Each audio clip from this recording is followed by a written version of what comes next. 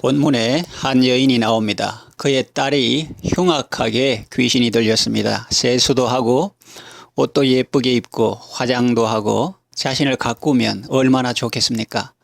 그러나 그 딸은 귀신이 들렸기 때문에, 그것도 보통 귀신이 아니라 흉악한 귀신이 들렸기 때문에 아름다움과는 거리가 먼 삶을 살고 있습니다. 화장은커녕 세수도 안 하고 더러운 옷을 입고 여기저기 사돌아다닙니다. 말도 더럽게 하고 흉악하게 합니다. 어머니로서 그 마음이 어떠했을까요? 자기가 아픈 것보다 더 마음이 아팠을 것입니다. 그런데 우리는 놀라운 사실을 발견합니다. 이분은 체념하지 않았습니다. 좌절하지 않았습니다. 예수님 앞에 나아가 간청했습니다. 결국 그의 딸은 낫게 되었습니다. 놀라운 이야기입니다. 수로보니게 여인은 예수님께 나아가 구함으로 결국 딸을 구원받게 했습니다. 딸을 구원받게 한 어머니의 기도를 살펴보면서 함께 하나님의 은혜를 받겠습니다. 그 기도는 어떤 기도입니까? 첫째로 믿음의 기도입니다. 이 여인에게는 다른 사람에게 없는 것이 있었습니다. 그것은 주님에 대한 믿음이었습니다. 믿음은 하나님 앞에서 금보다 귀한 것입니다. 비록 고대 사회에서 유대인들에게 멸시받는 이방인이요, 거기에다 또 여성이었지만 이분에게는 유대인들에게서조차 찾아보기 힘든 큰 믿음이 있었습니다. 그래서 주님 앞에 나아갔던 것입니다. 떡부스러기 같은 작은 은혜만 베풀어 주셔도 제 딸은 능히 나을 것입니다. 라는 믿음이 있었습니다. 그 믿음은 주님이 칭찬하실 정도로 크고 놀라운 믿음이었습니다. 자녀의 구원을 위하여 기도하는 부모에게도 이런 믿음이 필요합니다. 남편의 회심을 위하여 기도하는 아내에게도 이런 믿음이 필요합니다. 히브리서 11장 6절에 믿음이 없이는 하나님을 기쁘시게 하지 못하나니 하나님께 나아가는 자는 반드시 그가 계신 것과 또한 그가 자기를 찾는 자들에게 상 주시는 심을 믿어야 할지니라고 했습니다. 여러분도 기도하실 때 큰 믿음으로 기도하시기 바랍니다.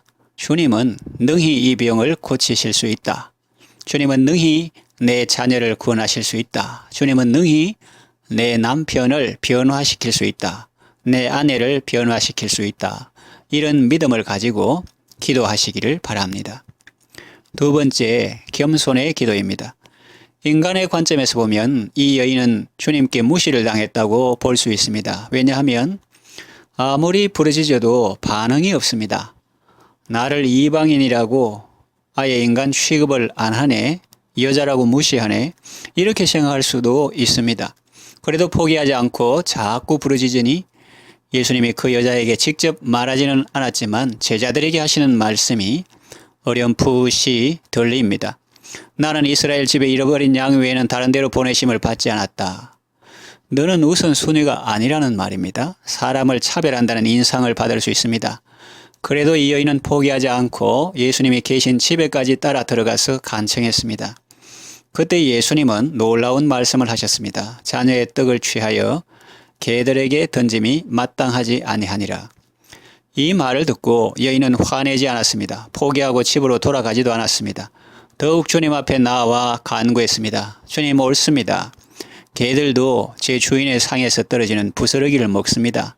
그러니 저에게 그 부스러기 은혜라도 주십시오. 그 부스러기 은혜만으로도 딸의 병이 능히 나을 것입니다. 그랬습니다.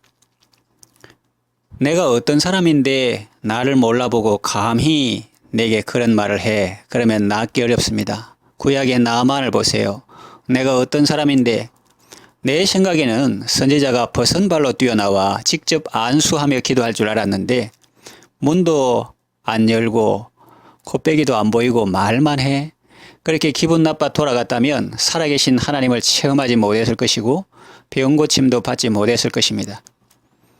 병만 나는다면 이보다 큰 일도 선지자가 하라면 할 것인데 이것쯤이야 하는 마음으로 감사하며 순종할 때 은혜를 받습니다. 하나님은 교만한 자는 대적하시고 겸손한 자에게 은혜를 베푸십니다. 하나님 앞에서 자기를 낮추고 겸손한 마음으로 기도하여 은혜 꼭 받으시기 바랍니다. 세 번째, 인내의 기도입니다. 앞에서 말씀드린 것처럼 이 여인은 기도할 때 여러 번 위기 상황을 만났습니다. 소리질러 예수님을 불렀지만 예수님은 한 말씀도 대답하지 않으셨습니다. 그래도 계속 소리질러 부르짖었습니다. 23절에 보면 제자들의 말이 나오는데 그 여자가 우리 뒤에서 소리를 지르오니 이 말은 계속 지르고 있다는 말입니다. 포기하지 않았죠. 제자들이 귀찮을 정도로 계속 뒤에서 소리를 지르니 듣다 못해 제자들이 예수님께 간청합니다. 그 여자가 우리 뒤에서 소리를 지르오니 그를 보내소서. 소원을 들어주시든지 아니면 그냥 보내시든지 어떻게 좀 해주세요. 그런 뜻이지요. 그때 예수님은 나는 이스라엘 집에 잃어버린 양 외에는 다른 데로 보내심을 받지 아니하였노라고 말씀하셨습니다. 그 말이 여인에게까지 들렸는지 안 들렸는지는 모르겠으나 아무튼 그 여인의 간구는 멈추지 않았습니다. 예수께 와서 절하며 간청했습니다. 주여 저를 도우소서. 그럴 때 예수님은 여인에게 이렇게 말씀하셨습니다. 자녀의 떡을 취하여 개들에게 던짐이 마땅치 아니하니라. 이 무슨 말씀입니까? 예수님의 이런 말씀을 하시다니요. 얼핏 들으면 누가 들어도 거절처럼 들립니다. 그러나 이 여인은 포기하지 않았습니다. 간구를 멈추지 않았습니다. 주님 말씀이 옳습니다. 그러나 개들도 제 주인의 상에서 떨어지는 부스러기를 먹지 않습니까? 그러니 제게 그 부스러기 은혜라도 주십시오. 하면서 간구를 멈추지 않았습니다. 주님의 말씀을 듣고 절망하고 포기한 것이 아니라 오히려 그 말씀 속에서 소망을 발견하고 그것을 기도의 줄로 삼아 더욱 강하게 간청하고 있습니다. 그러니 여러분들도 기도하다가 적대적인 환경을 만나더라도 절대로 낙심하거나 포기하지 말고 주님의 사랑을 믿고 주님의 능력을 믿고 인내하며 계속 기도하시기 바랍니다. 이 여인의 간구에 예수님은 응답하셨습니다. 여자여 내 믿음이 크도다. 내 소원대로 되리라 하시니 그때로부터 그의 딸이 나았습니다. 딸을 구원받게 한 어머니의 기도는 믿음의 기도요, 겸손의 기도요, 인내의 기도였습니다. 여러분도 믿음과 겸손과 인내의 기도로 주님의 은혜를 입어서 사랑하는 자녀와 가족을 구원하고 많은 영혼을 살리고 세우는 일에 쓰임 받으시기를 바랍니다. 기도합니다. 하나님 아버지 감사합니다. 사랑하는 자녀의 아픔과 고통이 우리의 마음을 아프게 합니다.